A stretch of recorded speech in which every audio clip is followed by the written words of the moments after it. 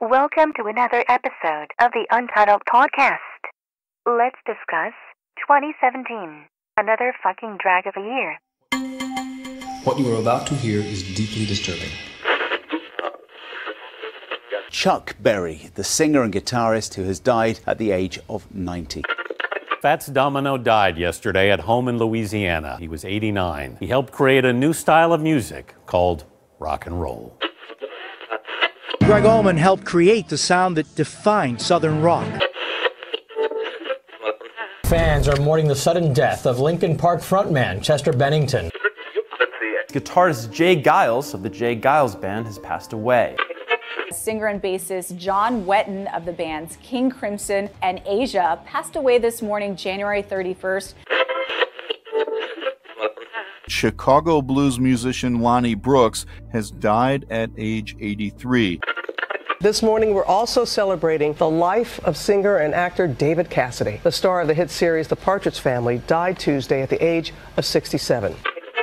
Well, I'm sure you've all heard by now that we lost a genius this past weekend. Allan Holdsworth died unexpectedly at the age of 70. Country singer Glen Campbell has died at the age of 81. Steely Dan co-founder and guitarist Walter Becker also died yesterday. Minnesota native Grant Hart was a singer and drummer with the band Husker Du. Legendary soul singer Charles Bradley has passed away at the age of 68. Elton John's conductor and arranger Paul Buckmaster has died. He was 71. Chuck Mosley, who is the lead singer of alt metal band Faith No More, has passed away at the age of 57. AC/DC's co-founder Malcolm Young has died at the age of 64. The Tragically Hip's Gord Downie has died. He was 53. Funky drummer Clyde Stubblefield died today from kidney failure. Pat DiNizio, frontman, songwriter, and guitarist with veteran alternative rockers The Smithereens, died Tuesday, December 12th at the age of 62. Tommy Keene died Wednesday, according to a post on his website. Boston drummer Sib Hashian has died. He collapsed on stage on a cruise ship. Sad news to report as longtime Black Sabbath keyboardist Jeff Nichols has passed away at the age of 68. Butch Trucks, one of the founding drummers of the Allman Brothers Band, reportedly took his own life. This morning, the music world is remembering grunge rock pioneer Chris Cornell. Rock legend Tom Petty has died. Hi friends, this is Donnie. I'm doing a wrap-up for 2017. Mostly I want to acknowledge some of the musicians we've lost this year. These are going to be very random, and I'm not going to categorize them or do them in order or anything. I'm really going off the top of my head, but there's so many that we've lost, so I wanted to bring them up. But first, some housekeeping and some thank yous to so many of you out there. We've had tremendous success. Our subscription rate and listens grow each month and have done so since we started this a few years back. Of course, I have to mention my good friends who've helped me out with this. Paul Richter, who started off doing the show with me and is still an occasional contributor. Dennis Bandiero, who pops in with me from time to get very excited about some of the acts that we love. And Mr. Clay Farmer, who has been my partner in many ventures through the years and who always rises to the occasion. He's done some shows that are outstanding, so I want to thank Clay. He's always given 100% everything he does. All right, so let's talk about a couple of the obvious right up top. Chris Cornell, what can I say? I've done a few shows on him. Devastating loss, episode 33. Paula and I celebrated Tom Petty and the Heartbreakers on episode 46 earlier this month. Tom died suddenly, and the music world was rocked by that. Just not expecting him to go so soon.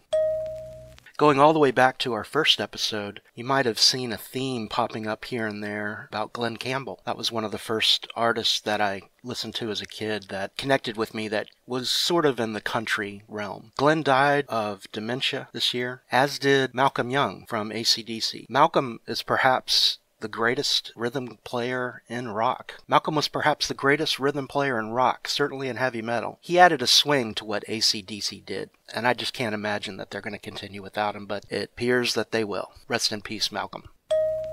Less reported was that Malcolm's older brother, George, had died in October. George was responsible for getting AC/DC off the ground. He had a little bit of a background with groups like the Easy Beats and Vonda and Young, and so his knowledge of the music industry helped them get going. But we don't hear much about George.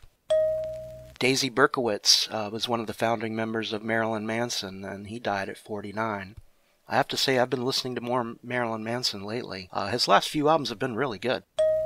Paul turned me on to a band called The Tragically Hip, and Gordon Downey, the lead singer of that band, died this year. And I have to say that so far, digging into their catalog, completely overlooked. Partly due to their name, partly due to the times that they came out, but I'm really digging The Tragically Hip, and I'm going to find out more about them.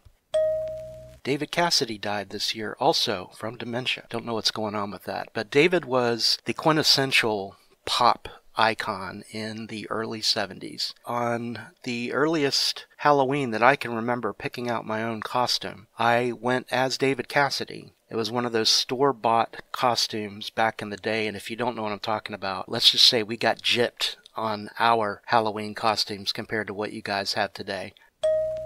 We lost some real giants who contributed to the birth of rock and roll, and of course that's Chuck Berry and Fats Domino. For our younger listeners, I can't overestimate the importance of both of these characters, but particularly Chuck Berry, as a guitar player, influenced so many people. But don't be fooled, Elvis was the face of rock and roll, but Chuck Berry really was the engine, and he wrote his own songs unlike Elvis.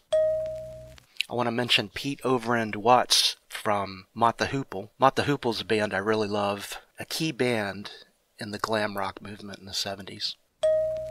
At the end of episode 36, a show I did about Black Sabbath, I played Charles Bradley doing his version of Changes, which was a revelation right down to the horns. This sound was Southern soul music, that Muscle Shoals sound, only Charles Bradley was more of a contemporary. He was an older gentleman and had been a James Brown impersonator for many years before being discovered and given a new lease, and I think he did a lot with his time.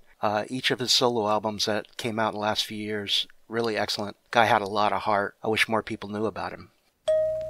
Speaking of heart, Grant Hart from Husker Du died this year from cancer. I remember seeing Husker Du on the tour for New Day Rising in Richmond. Husker Du really kind of showed me that a so-called punk band could push the boundaries of even that. Greg Allman was the Elvis of Southern rock. The Allman Brothers inspired everything that came after them, and for a while, that was a pretty big genre. Clyde Stubblefield. You might not know that name, but you know the sound. You know the samples taken from his drumming. Maybe the most sampled drummer in hip-hop. We lost Greg Lake from Emerson, Lake and Palmer and so many other prog bands last year, and this year we've lost John Wetton, who was almost a counterpart to Greg. When Greg Lake left a band, John Wetton would come and fill his shoes, or vice versa. John Wetton was the lead singer of Asia, and when he left, they brought in Greg Lake without missing a beat. I talked extensively about John Wetton in episode 25, King Crimson, last January. I want to mention Jeff Nichols. Jeff was the keyboard player for many, many, many years through all kinds of iterations of Black Sabbath. And this, supposedly, is the last year of Black Sabbath. I'm not going to get into a laundry list of everyone that's left us this year, but we are losing the pillars of rock and roll music. Another tragedy this year was the Grammys, Metallica and Lady Gaga. It's as if Metallica is trolling us now. A few of the new albums I've listened to this year include Hammock's 10th album called Mysterium. Really interesting group you should check out if you like Pink Floyd or ambient music. I highly recommend Hammock. A band I've been picking up in the last couple of years is called Code Orange, and they put an album out called Forever. Code Orange play music that is dense, heavy, unnerving, and merciless. Check them out. Robert Plant put out another great album this year called Carry Fire. I've really enjoyed the direction he's been going in the new millennium. He is showing how a rock god ages gracefully. One of my favorite current artists is Lana Del Rey, and I can hear the gasping in the background. Lana Del Rey, to me, has irony and sexuality and a little bit of that Chris Isaak coolness, and Lust for Life is just another step in that direction. It's like modern Twin Peaks music.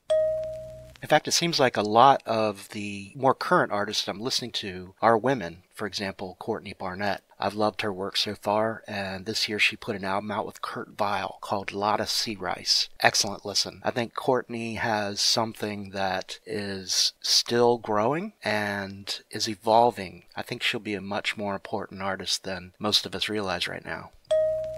And then there's St. Vincent. She put an album out called Mass Eduction. Heavy on new wave, synths. Not as much guitar as I would like to hear. If you don't know, St. Vincent is a masterful guitar player and a hell of a performer. Someone you might want to look out for.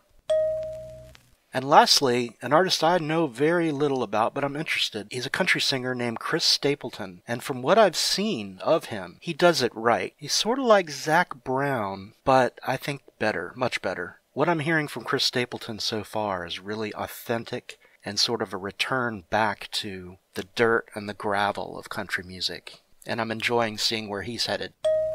As far as next year goes, I have a whole lot of ideas and would love some input. I want to give a shout out to my man Tony for giving me some through email. Love to hear from you guys when you get a chance. Some upcoming shows are going to include Guns N' Roses, The Temptations Psychedelic Soul Era, Classic Years for Elton John, Marvin Gaye, a show on Serge Gainsbourg and French pop. We're going to be talking about Heart, the Pixies, Queen, and January 1st we're going to drop an episode that was done by Clay on XTC. I'm going to do a show on alternative rap where there were so many bands like PM Dawn, Beastie Boys, De La Soul. Going to be doing a show on my hero Pete Townsend, one on Alice in Chains, one on the music of David Lynch films. And down the line we'll be having shows on Jane's Addiction, Sonic Youth, Willie Nelson. This is why I want to hear from you. I want to know what you like, what you enjoy. Because when I'm at home and I put on music when a friend comes over, I don't put on something that I know they don't like. I have plenty of music, so I'll find something to tailor to what they do like without necessarily playing Queen's greatest hits, which everyone likes. But whatever we end up doing, we do it because we love it. Thank you sincerely for listening to the show. I feel like I'm having an international discussion about music, and there's nothing more I like than to sit around and talk about music with good friends. So let's all hope 2018 is a great year for music, and a great year for us, and a great year for you. Peace. This has been produced by Donnie Shattuck. Thank you for listening to the Untitled Music Podcast. Please subscribe on iTunes or Podbean, and all your dreams will come true.